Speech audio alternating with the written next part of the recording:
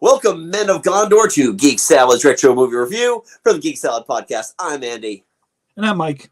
And tonight we are here to celebrate the 20th anniversary of one of the conclusion of one of the greatest cinematic ventures ever. Yeah. Winner of Best Picture. Winner of 11 awards. Yes, it is one more. I think this is tied with... It's tied with Titanic Ben-Hur. and Ben-Hur. It's tied with Ben-Hur for most Oscar wins, and that is... And Titanic. And Titanic. Titanic won 11? Yeah. Well, I only know that because while looking up Two Towers last week, I looked at, Bernard Hill, and he's like, he's been in two movies that have won 11 awards. The only one he hasn't been in is Ben-Hur. Okay, that makes sense, actually, because both Titanic and Lord of the Rings, The Return of the King, won. They were both up for a ton of technical awards as well, just like with Ben-Hur. I hear this movie is neato. It's neato bandito, yes. All right. And you know what the funny thing is, too? In 2003, this was actually a reasonably stacked year at the Oscars. Oh. Yeah. I mean, one of my favorite movies ever was released that year that isn't Return of the King, and that's Master Commander. Oh, yeah. Oh, you've seen it, I'm assuming. No. So historical epics, generally not my thing. So good. But that's just me, and I'm a huge Napoleonic naval freak as well, so that's another side of me. But anyway, we are here to talk about Return of the King. It was insane to stick this type of landing. Now, again, we did do the extended cut because really that's what counts now, right? Yeah. And it's 4.5 hours long. And again, that 20 minutes of that is still fan credits. Yeah, but still over an hour. Over a 4 hour movie. Yeah, exactly. In all fairness, they had a lot to cram into this 4-hour movies. Exactly. And that, so, I mean, and the thing is, too, is that there were some pretty big scenes that were cut out of the theatrical. All of Saruman's stuff was cut. Yeah. In the theatrical version. That's a good 10 minutes of screen time. Watching the extended version this time, I'm like, I don't think I've seen the extended version before. Really? Yeah, because I was like, because when Saruman actually gets killed, I'm like, I don't remember ever seeing that because that would stick out in my mind. So yeah, I think I've only seen the theatrical of this one, so this was my first extended. Interesting, because this is one of those movies that I remember seeing it in the theater and being, okay, well, where is Saruman? And I'd heard that they had cut out that stuff. And then a year later, when they released the extended version on DVD, I'm like, oh, we're going to watch, we watched it because that's what we do. And I'm like, oh, there he is. Yeah. He gets stabbed and then he gets stabbed. Yeah, exactly.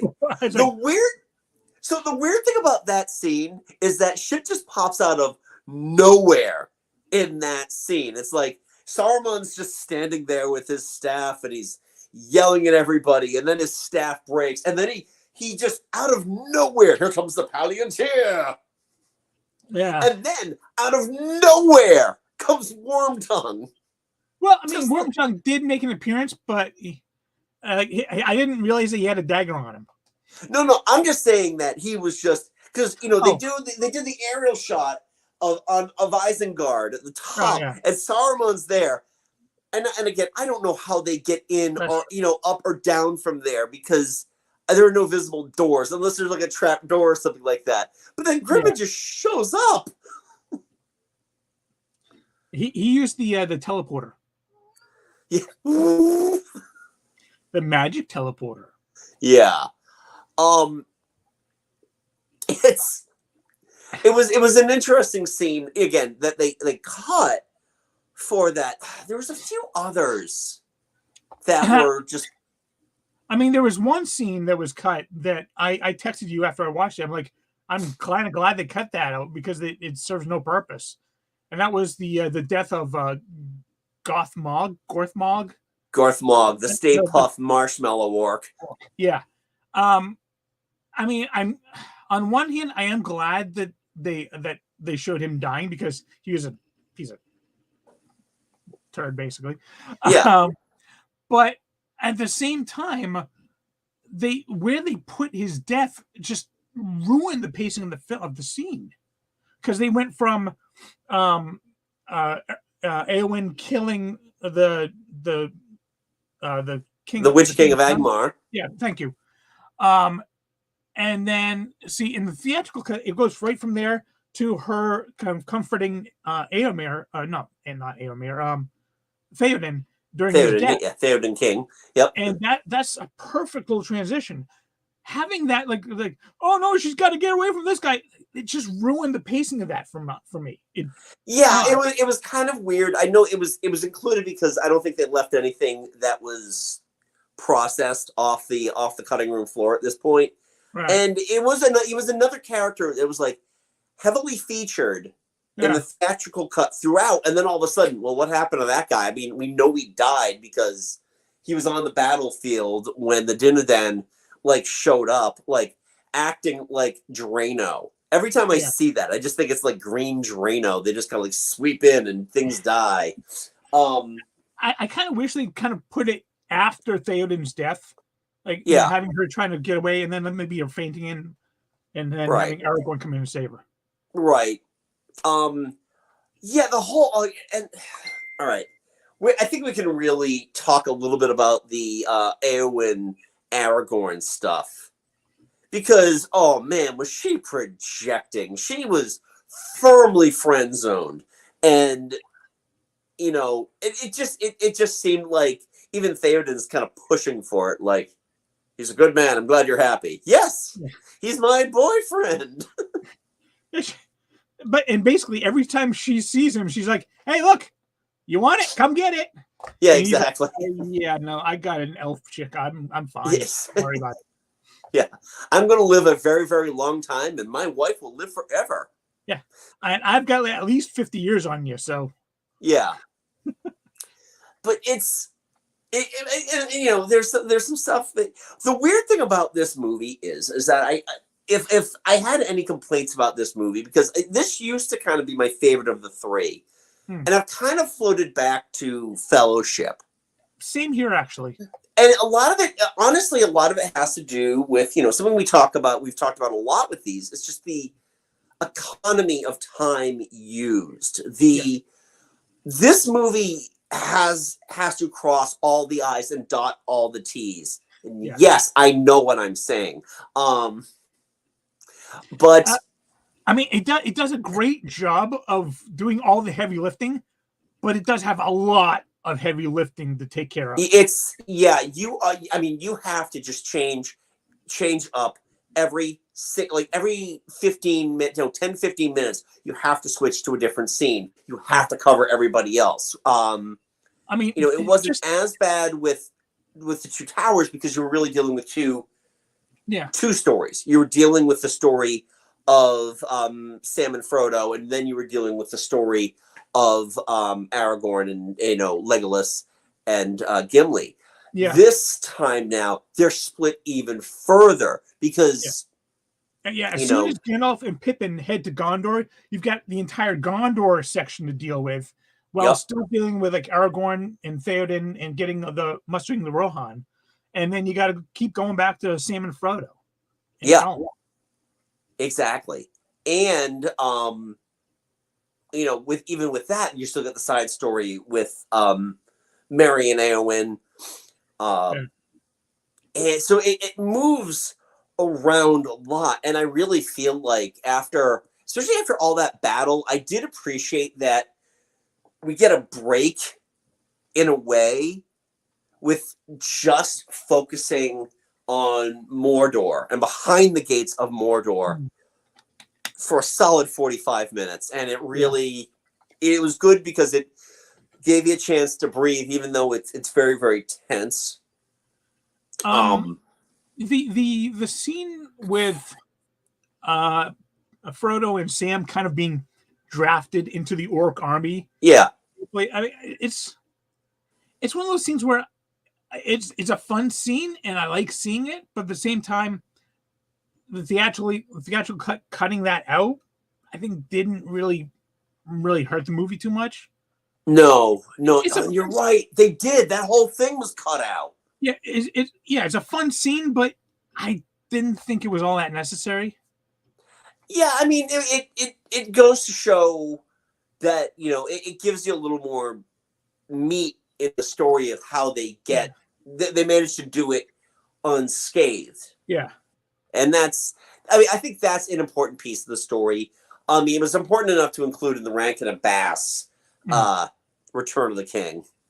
I mean, the whole thing with the mouth of Sauron, I thought that was a fantastic scene. I loved that a lot. So glad that they put that in. That character design too. Yeah, was so great because those it's just a guy with prosthetic teeth, but the helmet made it look like that was it. It was just that mouth, and those teeth are just they stick in your mind when you see them. You know, and the thing is, I got like this vibe, and I got this vibe from the first time I saw that scene of it. I mean, that was very much. It just reminded me of Marilyn Manson, like back in like the late '90s when he was a thing. Yeah, and just like that grimace. Yeah, and for me, it really kind of helps the whole story as well because the eye was like currently like is almost on Frodo and Sam. It practically was on them. Yeah, and like in the theatrical, it just kind of switches over. I'm like, I mean, Aragorn's there, but him actually beheading the mouth, that would attract Sauron's attention. Right. And I thought that was well done. Yeah. Getting into overall performances, this entire thing is Sean Astin's movie. Oh yeah. How he did not get an Oscar nomination that year is insane to me because I mean I know he was one of these people that was like always in the mix. Yeah. For it. He is just, this is the best thing. This is, I loved him in the other two movies. He is at his absolute best here. Yeah. And I mean, he is just such a rock for Frodo. And, I texted you, and I know you kind of feel the same about it. When the orchestral version of Into the West starts to swell, when he says, "I can't carry it for you, but I can carry you," I get choked up every damn time. It's a perfect blend, and that's the thing too with this movie is that this score, this Howard Shore score, does stand apart from the overall Lord of the Rings stuff. There are things here and there in Two Towers, but we've got our themes. We have the theme of the Fellowship. We have just the regular Lord of the Rings theme. And in this one, we get like the Into the West theme, which works so well for this. And I got to tell you, that song brings tears to my eyes. Yeah, it is. I mean, what was the song from Fellowship? Good Lord. Oh, Let It Be. May It Be. Yes, yeah. That is a really, really good song. Again, music, even the end song from Two Towers is like, it's fine. It's weird. It's like they got like the Bjork's Mexican non-union equivalent. Yeah, but this song, and especially Annie Lennox, is able to make it both uplifting and saddening at the same time, which very few people could do it, and she can do it. And it's the perfect song, just encapsulate. It's like, this is like it's the ending. It's the the finale of this trilogy. So you're happy that all the characters are like getting their happy ending, but at the same time you're sad because that's it. This is the end of it. Yeah. And that song is just absolutely perfectly encapsulates that feeling. Absolutely. It's a well. It's a well-crafted song. Annie Lennox was the perfect choice. Yeah. For that song. I'm actually, I'm looking at this right now. Oh, okay. So here's a big thing because I'm looking at the whole Oscar thing here. Mm-hmm. So Ben-Hur was nominated for 12 Oscars. Titanic was nominated for 14. Return of the King only got 11, but it won every one. It swept every single one of those awards. I was curious too because I know that Titanic also won 11 awards. I know that I'm trying to figure out what Titanic won that Lord of the Rings didn't, because Titanic wasn't even nominated for screenplay. I wonder.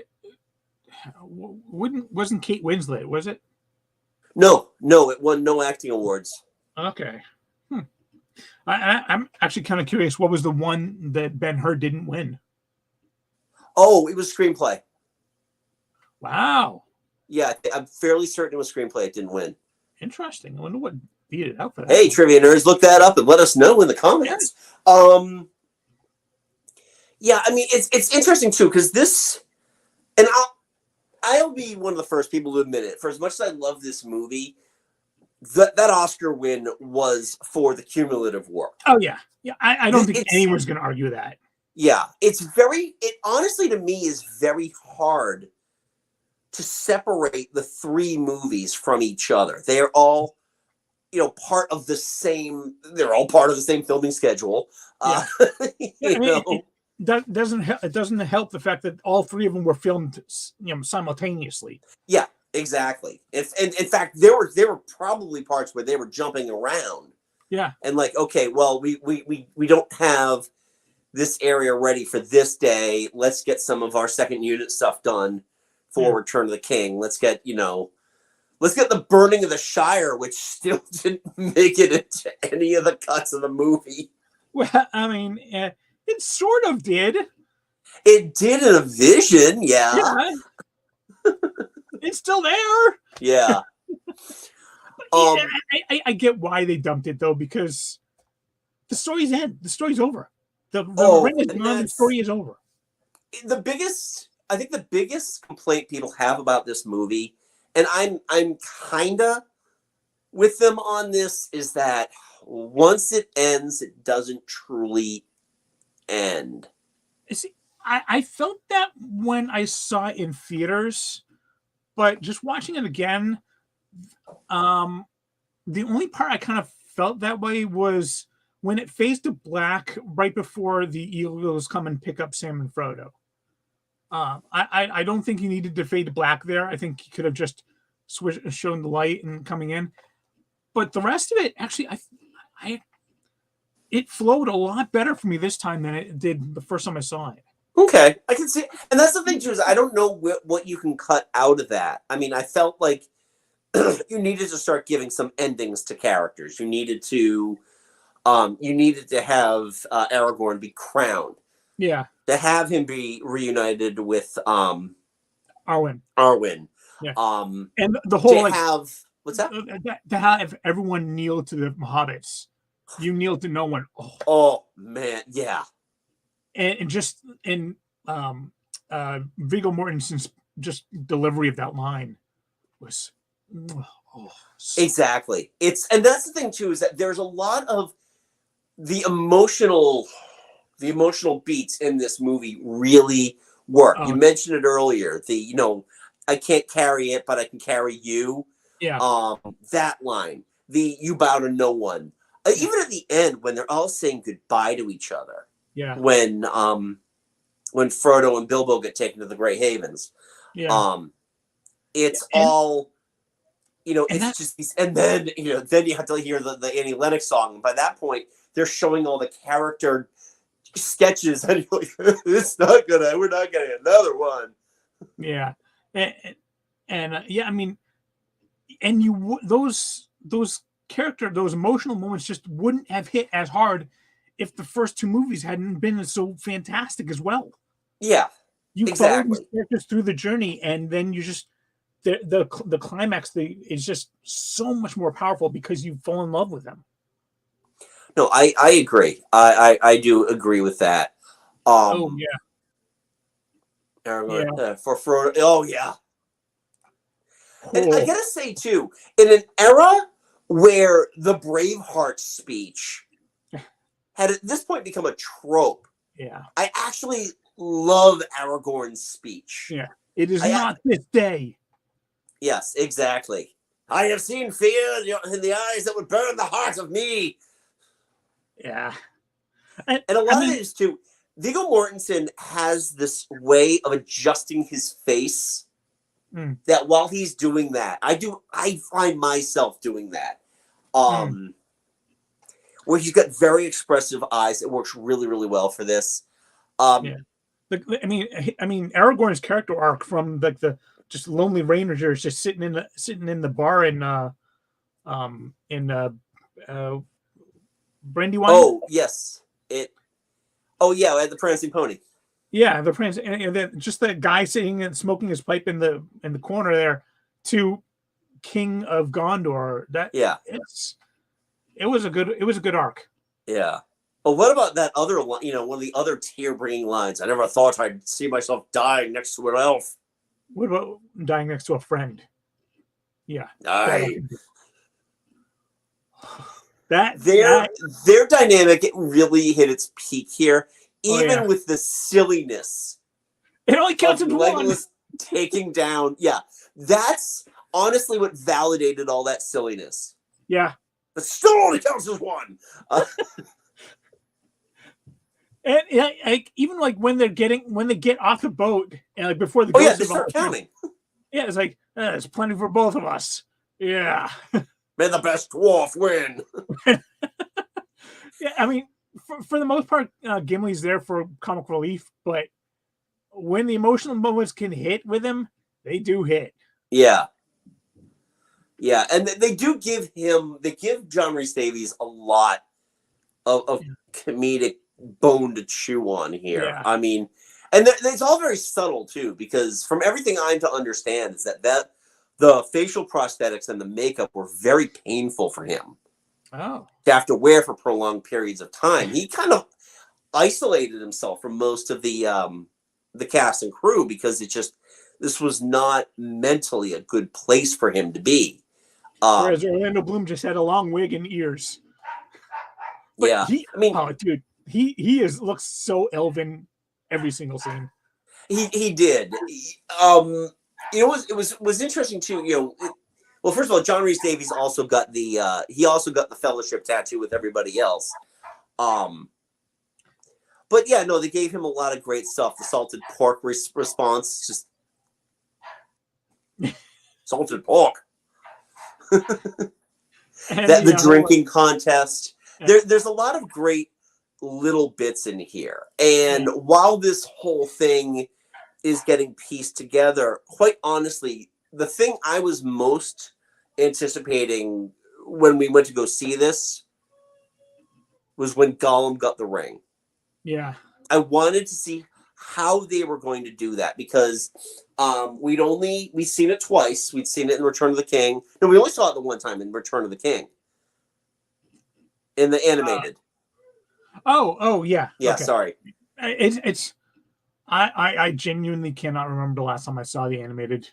It's interesting because he gets the ring and he kind of dances around with it, and then he isn't paying attention and he slips and falls, and it's almost like the ring is constantly out of his reach as he's falling into the fire. And then I liked the slow-mo of him finally having the ring. Yeah. And, it's just long enough for him to see the joy in his face before he hits the lava. Yeah. In one of that cut is dreadful. That effect. I mean, it's just CG on top of CG, but it looked MS painted. And, yeah, they all can't be winners, but I know we'll probably never see it, but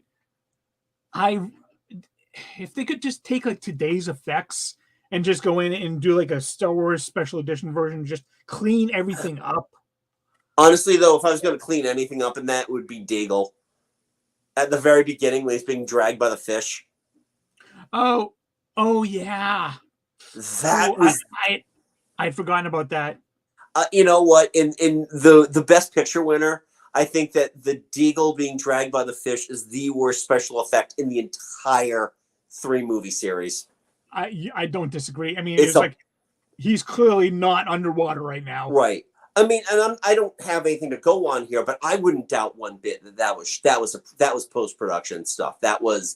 We've already gotten. This is where you take those studio notes. You take the response and realize that after Two Towers, Andy Serkis was getting Oscar talk. Andy Serkis was becoming a big star because of Gollum. We've established this character. Let's just tell this story. We can do it in post-production. We can do it as a couple of 2 weeks of reshoots, and we're all set.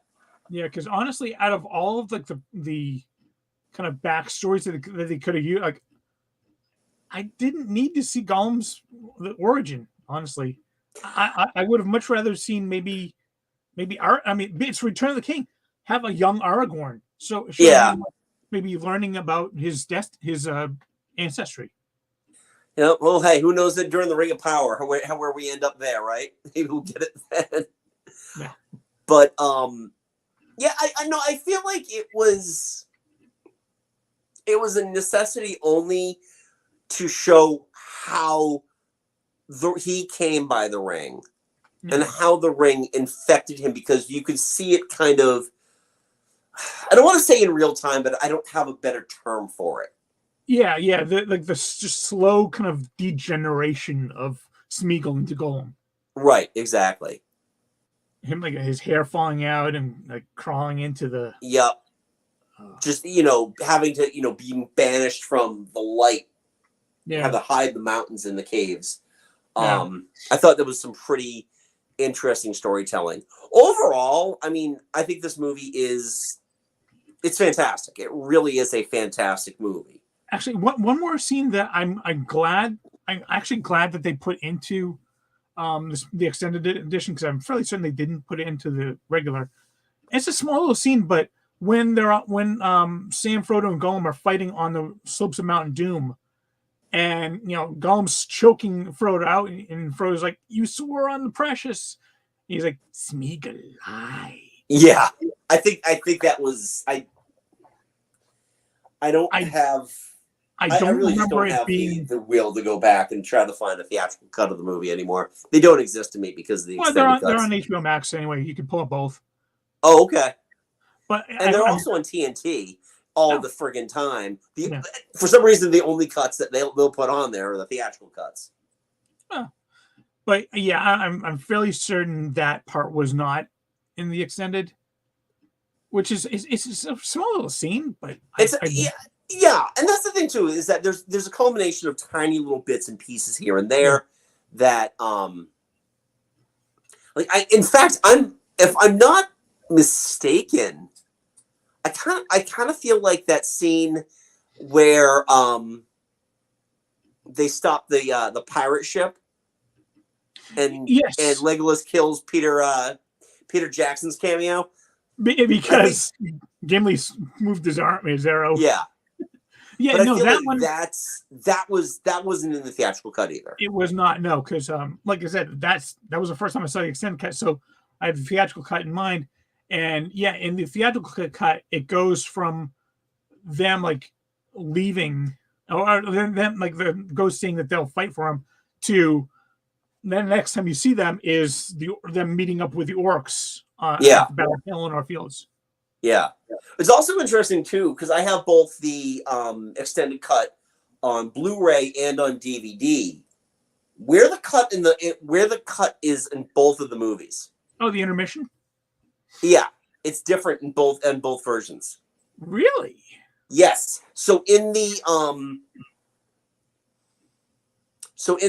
DVD, the extended cut, disc 1 ends at the Wolf's Head battering ram. Okay, I can see it. They bring it out, and you've got like that point of view shot of the Wolf's Head. What they call it? Grump? Something like that. I don't know. But in the Blu-ray, it's when the head of the Dunedain come out and says, "We fight like right as soon as they come out of the cave. Oh, right. And they agree to fight for Aragorn. Oh, the ghosts. Okay, yes. The ghosts, yeah. When you said Dunedain, I was like, are those the pirates? What the? Huh? Yeah, no. Yeah, I think that one actually makes a bit more sense. It does. Well, it's perfectly halfway through too, because that's where I broke up my viewing of this thing. Because I don't have 4 hours to watch this. I amazingly got through the whole thing before COVID took me down, so I had time to watch other movies. Yeah, I actually watched this on Monday, Tuesday, and I finished it right before we were recorded last night. Oh, nice. So yeah, I split it up into I did about an hour on the first one, 2 hours on Tuesday, and then an hour yesterday. Yeah. Unless you're dedicating yourself to sitting in, with your gigantic lidded mug of ale and some salted pork and, some of the other... and knowing when to pause it so you can go to the bathroom. Yeah. We had done... So when the movie first came out, we decided to do... We watched the first two. The extended cut of Two Towers had just come out. And this is back. So we went over to my friend Jim's house. We watched Fellowship, took a break, had something to eat, go pee, do all your stuff.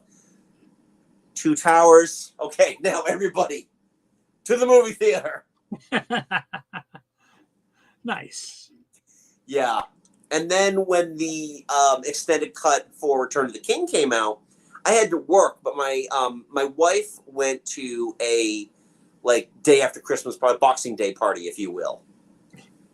Nice. And I was able to join in and watch that. So, yeah. Overall, an overly satisfying experience. Oh, yeah. I do.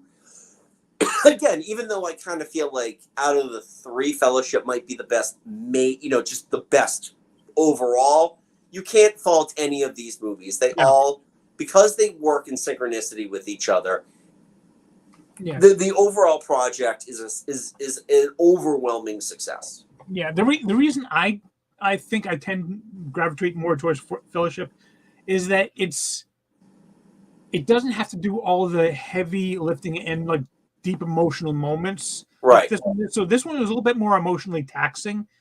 Yeah. That one, really the closest thing to an emotional moment is, at least for me, is when Frodo's sailing off in the end and Sam comes out. It's like, yeah, you're going alone and I'm coming with you. Yeah. Because, I wasn't even all that choked up when Gandalf died because I knew enough about the books to know that he comes back. Right. And I feel though with the with the latter two movies more, and even more so with Return of the King, that the battle sequences, it's very easy to kind of get swallowed up by the battle sequences. Yeah. And this one, I think it balances the quiet moments with the battle sequences very well. Yeah. It's one of those things because the battle at Gondor, it lasts, a solid third of the movie. Yeah. It's even though you do get those little breaks here and there, they keep coming back to them. And it does, I think it does a great job of expressing that fear of dread over, that this is an overwhelming force that's coming towards them. I gotcha. Yep. All right. But yeah, no, I really do love this movie. It was a great experience to watch, a great excuse to watch it again on this 20th anniversary. It was also really nice to see them expanding on the Eowyn and Faramir relationship a bit. Because, I remember more so in the extended cut, yes. Yeah, in the theatrical cut, it's like you see them together at the end, and I'm like, whoa, that kind of came out of nowhere. At least in the theatrical cut, you see their kind of their beginnings of that. Yes, but did you read the appendix? No, I did not. Straighten my glasses. Yes, but have you read the Silmarillion? At page 532 here, it clearly says. Oh God. Yeah. But anyway, I mean that's all I've got to say about Return of the King. I never made it through the book, but the movie gladly will watch again. Yeah. It honestly, I feel like it's like the Harry Potter movies. It's like I read the books once, fine. I read Lord of my daughter is the ideal age right now to read Lord of the Rings, and she's really just like, I don't know if I want to or not. I see. With Harry Potter, I would recommend reading the books. Hold on. I am dying to have my daughter be old enough to show her this movie. As an independent 3-year-old girl, I am no man scene. Yes, my daughter loves that scene, Kevin. Yeah. But yeah, actually, I'm trying to think the ideal age. 9 or 10. Yeah, I would say so. Because I mean, it does get quite violent.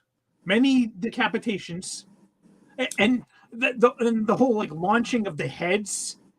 Oh, was that extended cut only? Because I don't remember seeing that in theater. No, that was in the original cut.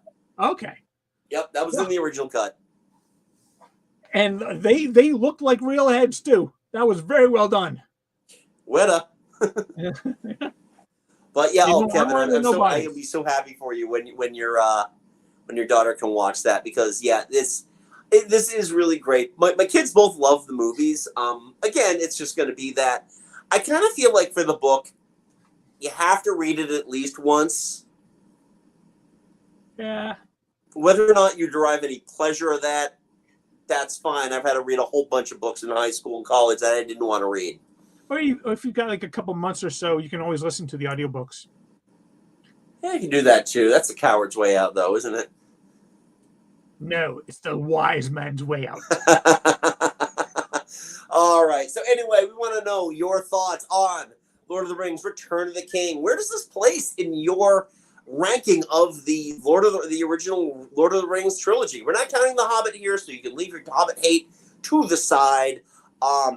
Very curious though, what are your thoughts on Return of the King? And is this better or not as good as Fellowship?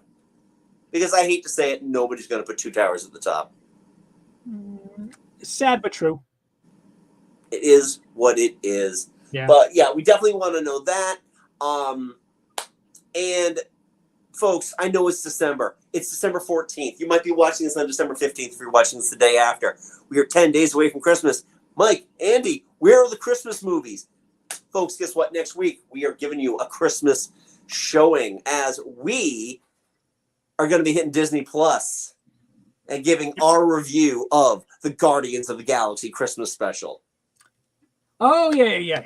I had forgotten which one we were covering. Yeah, we had agreed on two. This is the one we are definitely getting to before Christmas. Yeah. So the other one we have to get to after Christmas, but it's okay. Yeah. Because reasons. Yeah. But honestly, if you're going to have a Christmas special, this is not a bad one to go with. Yeah, exactly. So we are going to be doing that next week. And if you're not familiar with our stuff, first of all, thank you for watching us. Kevin, thank you for joining us and commenting below. If you're new to the channel, welcome. We do this every week. So if you have not done so already, hit that thumbs up because it helps us in the algorithm. Pop that subscribe button so you can get us every week as we go. And because Mike and I host a little podcast called Geek Salad, you can get your podcast here on YouTube as well. If you are more of a fan of using podcast apps, we are on Spotify, we are on Apple, we are on Google Podcasts until April 2nd, in which case Google Podcasts is going away. You can, if you're a Google Podcast user, import your your subscriptions over to YouTube Music, so you can still get our podcast there come April. So we ain't going anywhere. So you can check us out there. If you want to follow us on the socials, we are on Facebook at Geek Salad Podcast and at Geek Salad Radio on Twitter, on Threads, and on Blue Sky. So you can check us out there. So Mike, I think we can say hail the victorious dead. And all right. Well, thank you so much for joining us, everyone. So until next time, I'm Andy. I'm Mike. go forth and be nerdful. And it's been 15 years. It's the first time I've ever screwed up our closing. Thanks a lot. Go forth.